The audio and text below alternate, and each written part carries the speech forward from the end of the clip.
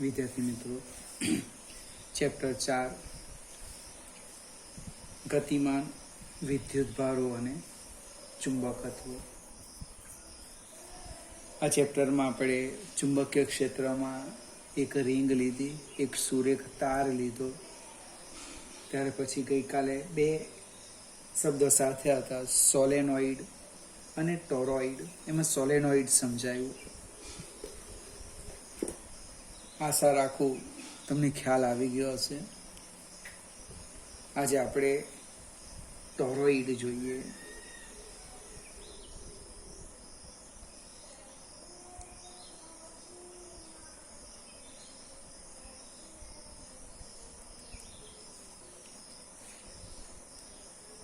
Solenoid એમ toroid. Toroid શું છે તે સમજાવું. સોલેનોઇડને એક જૂના કોષ પ્રમાણેની વ્યાખ્યા છે.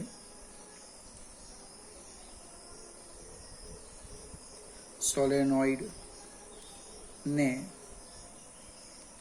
વર્તુળાકાર વાળી તેના છેડા જોડી દેવામાં આવે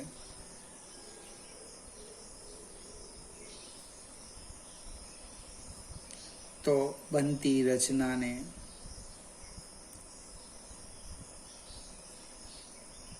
ટોરોઇડ કહે છે. સોલેનોઇડને વર્તુળાકાર વાળી તેના છેડા જોડી દેવામાં આવે તો બનતી રચનાને ટોરોઇડ કહે છે. અથવા મારી પાસે એક અવાહક પોલી રિંગ છે. અવાહક પોલી રિંગ પર વાહક તારને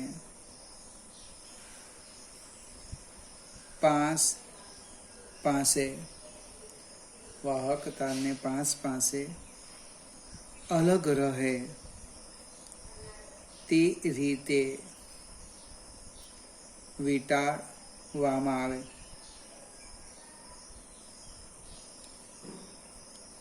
તો બનતી રચનાને ટોરોઇડ કહે છે. આકૃતિ જોઈએ આપણે. ફિગર સમજવા પ્રયત્ન કરો. આ આપણી પાસે એક ટોરોઇડ છે.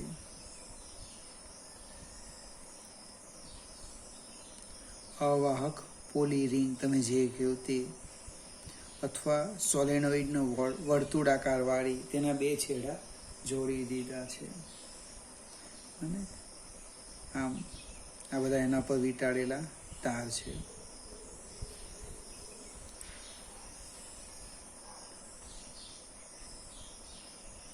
આમાં પ્રવાહ દાખલ થાય અહીંથી બહાર નીકળે. ફરીથી સમજાવું. અવાહક પોલી રિંગ પર વાહક તારને પાસે અલગ રહે તે રીતે વીંટાળવામાં આવે તો બનતી રચનાને ટોરોઇડ કહે છે. ટોરોઇડની અંદર એટલે કે આ જે ભાગ છે, આ ભાગ, એમાં ચુંબકીય ક્ષેત્રનું મૂલ્ય સમાન હોય. સોલેનોઇડ છે એને આપણે વર્તુળાકાર વાળી દીધો એટલે ટોરોઇડની અંદર ચુંબકીય ક્ષેત્ર બીનું મૂલ્ય કેવું રહેવાનું? અચળ, સમાન રહેવાનું. પ્રશ્ન છે આપણે ચુંબકીય ક્ષેત્રનું સૂત્ર મેળવવાનું. તો આપણે એક સ્ટેપ આગળ જઈએ. ટોરોઇડનો પુસ્તકના પાના સાથેનો આડછેદ આપણી બુકમાં બહુ સરસ સમજાવેલો છે. એ હું સમજાવવા પ્રયત્ન કરું. આ જે ફિગર છે એ જ ફિગર ફરીથી દોરું છું. આ રીતના વિચારીએ. આમ જગ આકૃતિ જોઈએ તો એનલાર્જ કરી દઈએ.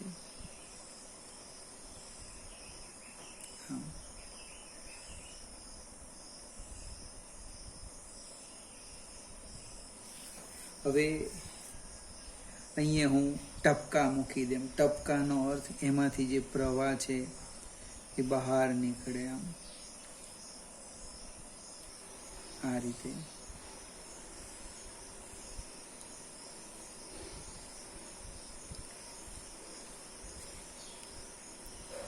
આ કોઈ તાર છે એમાંથી પ્રવાહ બહાર નીકળે અને અંદર જેમ ટપકાયું કે એની અમે અંદર દાખલ થાય.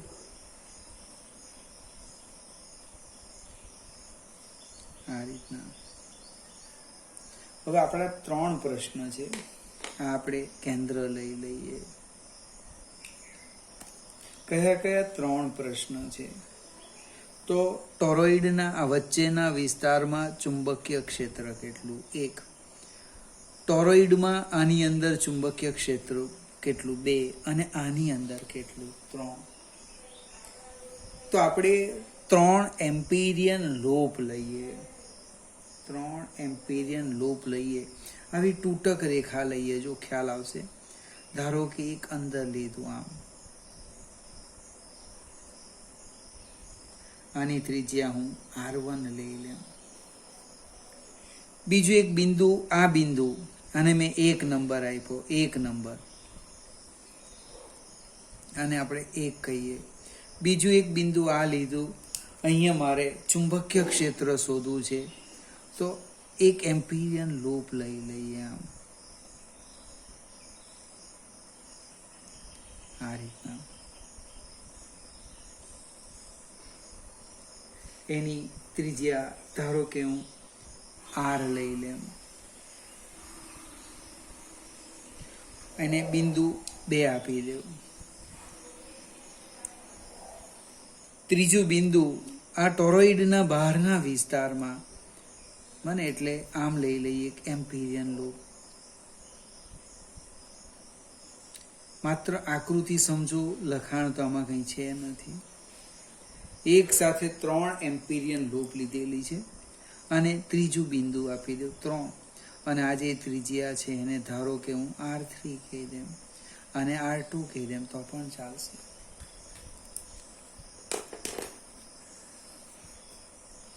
હવે આપણે શરૂઆત કરીએ. બાજુમાં લખું છું એટલે ખ્યાલ આવશે.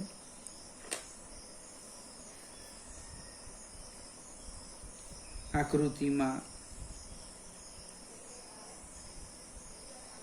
એટલે આ રીતનો જે ટોરોઇડ છે તમે એને એમ કાપી નાખો, આમ ખ્યાલ આવશે ને, આ રીતના કાપી નાખો. આમ એ આડછેદ દર્શાવેલો છે આકૃતિમાં. ટોરોઇડ નો આડછેદ દર્શાવ્યો છે. ટોરોઇડમાંથી I એમ્પિયર પ્રવાહ પસાર થાય છે. ટોરોઇડમાંથી I એમ્પિયર પ્રવાહ પસાર થાય છે. પહેલો આકૃતિની વાત કરી, બીજો પ્રવાહની વાત કરી. ત્યાર પછી બિંદુ 1, 2 અને 3 પાસે આપણો પ્રશ્ન ચુંબકીય ક્ષેત્ર શોધવું છે. તો આપણે લૂપ 1 ની વાત કરીએ. લૂપ 1 માટે એટલે અમારી પહેલી લૂપ કઈ? આ લૂપ. આ ખ્યાલ આવશે ને, આ લૂપ 1. આ જા બતાવો બોર્ડ, ખ્યાલ આવશે ને. આ લૂપ 1 માટે, લૂપ 1 માટે એમ્પિયર નો નિયમ, એમ્પિયર સર્કિટલનો નિયમ લખી દઈએ આપણે. રેખા સંકલન B.dl equal to μ0 summation I. હવે વિદ્યાર્થી મિત્રો આપણે જોઈ શકીએ કે આ જે લૂપ છે એમાંથી કોઈ પ્રવાહ બહાર નીકળતો નથી કે દાખલ થતો નથી. બધા વાહક તારો તો અહીંયા છે, આ છે. એટલે કે સમેશન I ઇક્વલ ટુ 0. એનો અર્થ સંકલન સદિશ B ડોટ સદિશ D ઇક્વલ ટુ 0. એનો અર્થ D ઇક્વલ ટુ 0. એટલે કે ટોરોઇડની અંદરનો જે આ વિસ્તાર છે એ વિસ્તારમાં ચુંબકીય ક્ષેત્ર શૂન્ય મળે છે. કોણે કીધું? તો આપણે એમ્પિયર સર્કિટલના નિયમનો ઉપયોગ કીધો. મેં લૂપ 1 લીધી. આ પહેલી લૂપ માટે એમ્પિયર સર્કિટલનો નિયમ લખ્યો, સંકલન B.dl બરાબર μ0 સમેશન I. પણ કોઈ પ્રવાહ નથી, summation I is equal two 0. એનો અર્થ સદિશ B.dl ઇક્વલ ટુ 0. એનો અર્થ B ઇક્વલ ટુ 0. આગળ જઈએ, લૂપ 3 લઈએ. આપણે પહેલા કઈ લીધી? લૂપ 1 લીધી. હવે આ લૂપ 3 ની વાત કરો. 3 ની વાત ફરીથી એ જ વાક્ય લખીએ.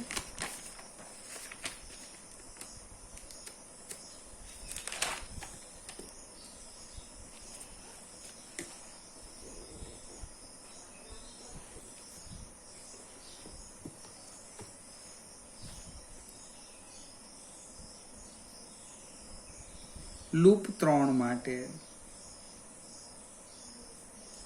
એટલે કે ટોરોઇડના બહારના વિસ્તાર માટે એમ્પિયર સર્કિટલનો નિયમ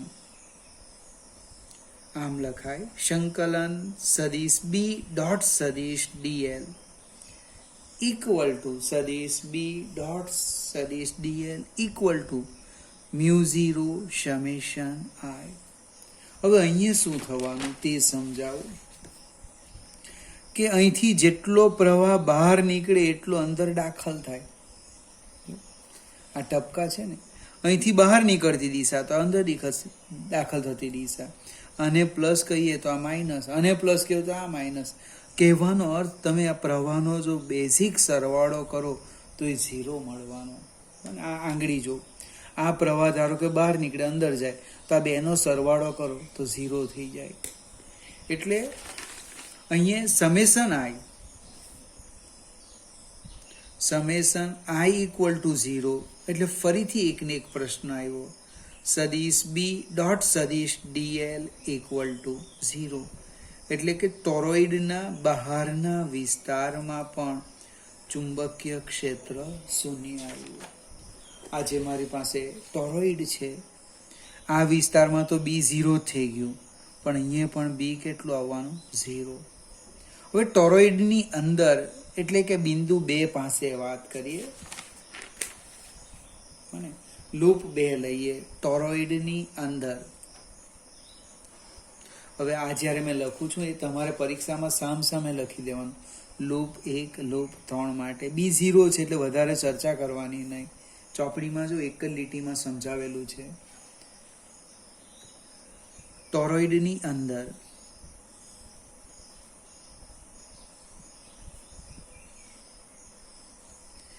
બિંદુ 2 પાસે ચુંબકીય ક્ષેત્ર કેટલું? આપણો પ્રશ્ન છે તો આપણે લખીએ. લૂપ 2 માટે લખું છું. હવે એમ્પિરિયન લૂપ 2 માટે એમ્પિયર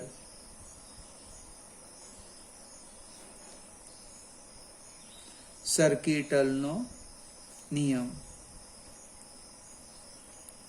સંકલન સદિશ B ડોટ સદિશ dl equal to μ0 summation I. હવે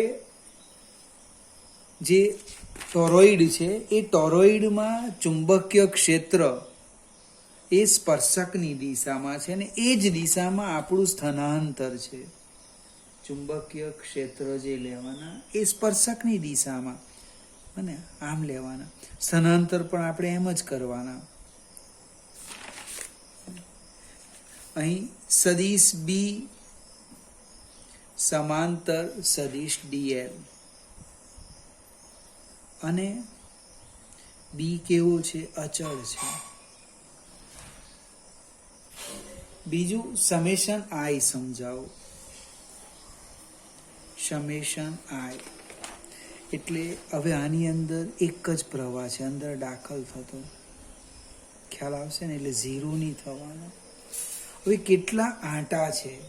અને મેઇન પ્રશ્ન આવવાનો આટાની સંખ્યા, તો હું ધારી લઉં summation i is equal to n i. Summation i is equal to n i. N શું છે? કુલ આટાની સંખ્યા. એટલે એક આટામાંથી આઈ એમ્પિયર પ્રવાહ, તો એન આટામાંથી કેટલો થયો? N i. આ બધી જ કિંમત આપણે આમાં મૂકી દઈએ તો શું થાય? જો બી અચળ છે એટલે હું બહાર લઈ લેમ. સંકલન ડીએલ cos 0 તો 1 થઈ ગયા, બરાબર મ્યુ 0 એન આઈ. હવે રેખા સંકલન છે. રેખા સંકલન એટલે પરિધ. પરિધ એટલે ટ્વાઇસ પાય R1, અથવા R1 ની જગ્યા R લખી દેવ. ટ્વાઇસ પાય R. તો શું થવાનું? બી ગુણ્યા ટ્વાઇસ પાય R બરાબર મ્યુ 0 એન આઈ. મિત્રો આ કોણ છે? પરિધ છે. પરિધ, એટલે બી આવી જાય છે. બી બરાબર mu 0 N અપન twice pi R into R. હવે એન અપન ટ્વાઇસ પાય આર એટલે શું? તો કે સ્મોલ એન,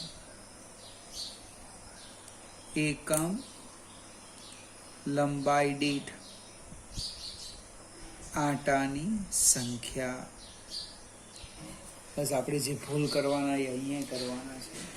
સ્મોલ એન એટલે એકમ લંબાઈ દીઠ આટાની સંખ્યા, પણ તો શબ્દમાં લખેલું છે, ગણિતમાં અહીંયા લખેલું છે કુલ આટા ભાગ્યા લંબાઈ.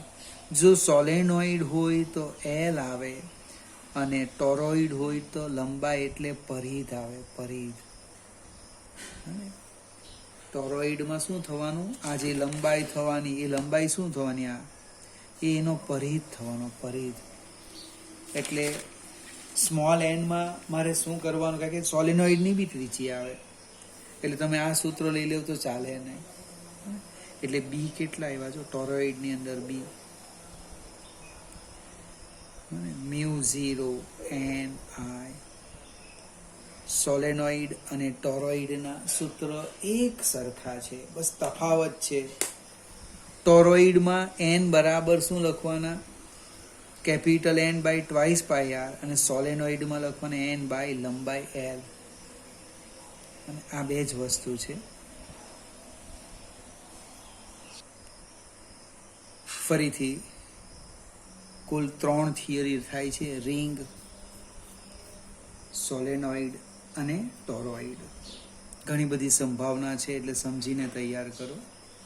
અહીં આપણે ચુંબકીય ક્ષેત્રની વાત પૂર્ણ કરીએ. હવે એક સ્ટેપ આગળ જઈએ છે.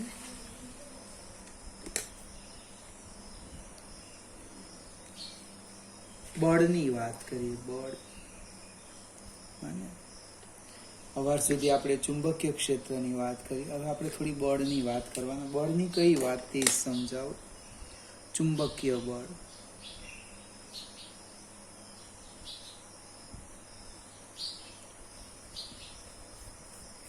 બે સમાંતર વિદ્યુત પ્રવાહ ધારિત તારો વચ્ચે લાગતું બળ. બે સમાંતર વિદ્યુત પ્રવાહ ધારિત વાહક તારો વચ્ચે લાગતું બળ. હવે આ જે બળ છે એ એમ્પિયરે શોધેલું, એટલે એમ્પિયરનું આવે છે. બળના બે પ્રકાર છે: આકર્ષણ બળ અને અપાકર્ષણ બળ. એ આપણે બંનેની ચર્ચા કરીએ. હું તમને મારી રીતે સમજાવીશ. ચોપડીમાં જે આકૃતિ એ જ છે, પણ આપણે યામ પદ્ધતિનો ઉપયોગ કરીએ. નાની સરખી આકૃતિ દર્શાવું છું. આ રીતના આપણે યામ પદ્ધતિ લઈએ.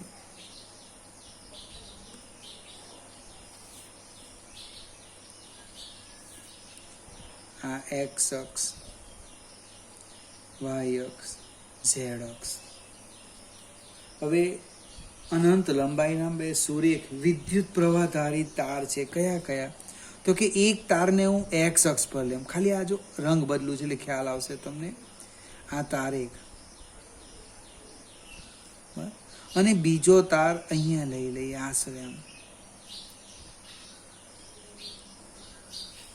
બંને તારમાં જે પ્રવાહ છે આમ લઈ લઈએ. I1 I2 એક્સ અક્ષની દિશામાં છે, અનંત લંબાઈના છે, અનંત લંબાઈના. પ્રશ્ન પાછો સમજાવું.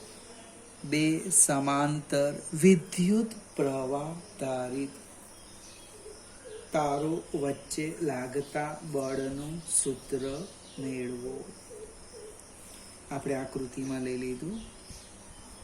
શું દર્શાવીએ કે I1 અને I2 વિદ્યુત પ્રવાહ ધારિત તારો એકબીજાને સમાંતર અને એકબીજાથી વાય લંબાંતરે. કોઈને વાય નહીં ગમે તો બીજો કોઈ અક્ષર લઈ લે. અહીંયા વાય અક્ષ છે એટલે મેં વાય લખ્યું છે. વાય અંતરે રહેલા છે. આકૃતિનું વર્ણન સમજાવું ફરીથી. આકૃતિમાં શું દર્શાવેલું છે એકદમ ધીમે ધીમે જોજો. I1 અને I2 વિદ્યુત પ્રવાહનું વહન કરતા એકબીજાને સમાંતર વાહક તારો દર્શાવ્યા છે. બે તારો વચ્ચેનું લંબ અંતર ધારી લીધું વાય છે. આગળ જઈએ. તાર એક થી બને વાય અંતરે ચુંબકીય ક્ષેત્ર. જો તાર એક થી વાય લંબ અંતરે ચુંબકીય ક્ષેત્ર. એ આપણે સૂત્ર મેળવેલું છે. સુરેખ તાર થિયરી નહીં મળે છતાં આપણે મેળવેલું, જો યાદ આવે તો તમને. બી બરાબર μ0 I1 upon twice pi y. આગળ જઈએ. તાર બેની લંબાઈ હું સ્મોલ l લઈ લેમ. તાર બેની લંબાઈ ધારી લેમ હમણે સ્મોલ l. પ્રવાહ તો લખેલો છે I2. હવે મિત્રો આને આપણે એક સદિશ દર્શાવવાનો ભૂલી ગયા. સદિશ બતાવો કેવી રીતે. જોજો, આ જમણા હાથમાં મારે વાહક તારને લેવાનો, અંગૂઠો પ્રવાહની દિશામાં રાખવાનો. પ્રવાહ એક્સ અક્ષની દિશામાં છે. હવે આંગળીઓ જે રીતે વીતળાય એ રીતના એનું ચુંબકીય ક્ષેત્ર આવવાનું. આ રહ્યું બને. હવે આંગળી ક્યાંથી નીકળી? તો કે અહીંથી નીકળી. જોજો બરાબર. જો દાખલ ક્યાં થઈ? અહીંયા થઈ. અહીંયા એટલે અહીંથી ક્ષેત્ર બહાર નીકળે, અહીંયા દાખલ થાય. તમે જ્યારે જમણા હાથમાં વાહક તાર પકડવાના તો આ જે ભાગ છે, આ ભાગ એ અહીંયા આવવાનો એટલે બહાર નીકળે. આમ અહીંયા ચુંબકીય ક્ષેત્ર આ દિશામાં છે. હવે આ એક્સ અક્ષ છે અને વાય અક્ષ છે. એક્સ વાય ને લંબ કોણ? ઝેડ અક્ષ. એટલે અહીંયા સદિશ બી લખી દેવાનું. આમ સદિશ બી. હું એક સ્ટેપ ભૂલી ગયો. આ રીતના એકમ સદિશ કે. એમ નહીં લખવું હોય તો પછી સમજાવવું પડશે કે વાહક તારને લંબ દિશામાં છે. બરાબર. આ તમને ખ્યાલ આવી જાય એવું છે. બને. ધારો કે આ તાર નીચે હોતે તો માઇનસ કે લખતે, કાંઈ અંદર પ્રવેશતી દિશા થતે. આ ભાગ આવે ખ્યાલ. અહીંયા બહાર નીકળે, અહીંયા દાખલ થાય. આંગળી અહીંથી નીકળે આવું યાદ રાખો. બહાર અહીંયા દાખલ થાય. હવે I2 L વિદ્યુત, આને જો તો B1 નામ આપો. I2L વિદ્યુત પ્રવાહ ધારિત તાર પર લાગતું બળ કેટલું બળ લાગે? તો કે ભાઈ F2 બરાબર I2L ક્રોસ સદિશ B1. હવે B1 તમે લખ્યું છે એકમ સદિશ કે પણ દિશા I2L એટલે પ્રવાહ x અક્ષની દિશામાં છે એટલે આને આમ પણ લખાય I2L બરાબર I2L એકમ સદિશ I2L બરાબર I2L એકમ સદિશ I. એટલે આ કિંમત આની અંદર મૂકી દઈએ તો F2 શું થાય? જો F2 બરાબર સદિશ F2 બરાબર I2L એકમ સદિશ I cross mu 0 I1 upon twice pi y એકમ સદિશ k. અને આમ લખી દેમ mu 0 I1 I2 L upon twice pi y I cross k. મિત્રો I ક્રોસ k એટલે માઇનસ જે થશે 11મું ધોરણ અને I cross k equal to minus છે. એમાં કિંમત મૂકે એટલે F2 આવવાના છે.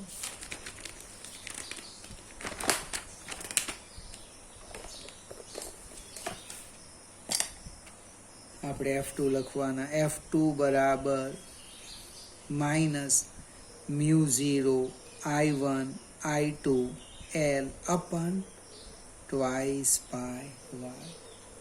આજે ઋણ નિશાની શું બતાવે? આકર્ષણ બળ બતાવે.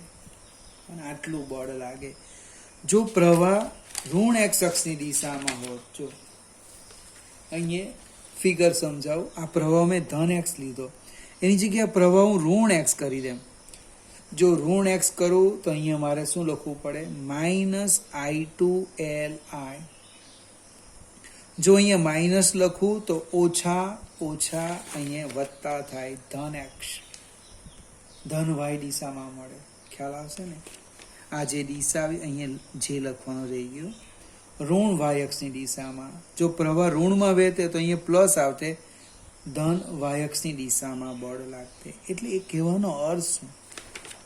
જો પ્રવાહ એક જ દિશામાં વહે તો આકર્ષણ બળ અને પરસ્પર વિરુદ્ધ દિશામાં વહે તો તેમની વચ્ચે અપાકર્ષણ બળ લાગે છે.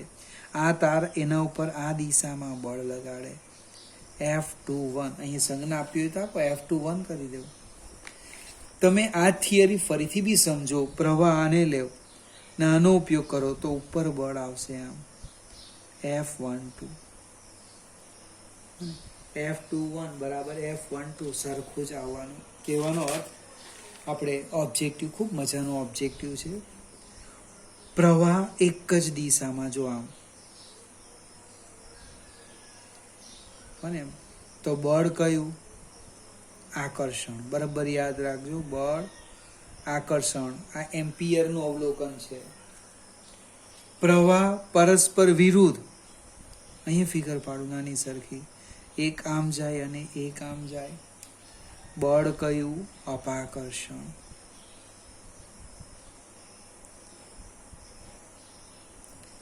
જો પ્રવાહ એક જ દિશામાં હોય તો આકર્ષણ. પ્રવાહ એક જ દિશામાં સમાન એક જ દિશામાં હોય તો આકર્ષણ અને પરસ્પર વિરુદ્ધ હોય. પરસ્પર વિરુદ્ધ હોય તો કયું બળ લાગે? અપાકર્ષણ. કોણે નોંધ્યું? એમ્પિયરે. કેટલા બધા પ્રયોગ કીધા હશે અને પ્રયોગને અંતે એક તો બળનું સૂત્ર આપ્યું અને બીજું બળનો પ્રકાર આપ્યો.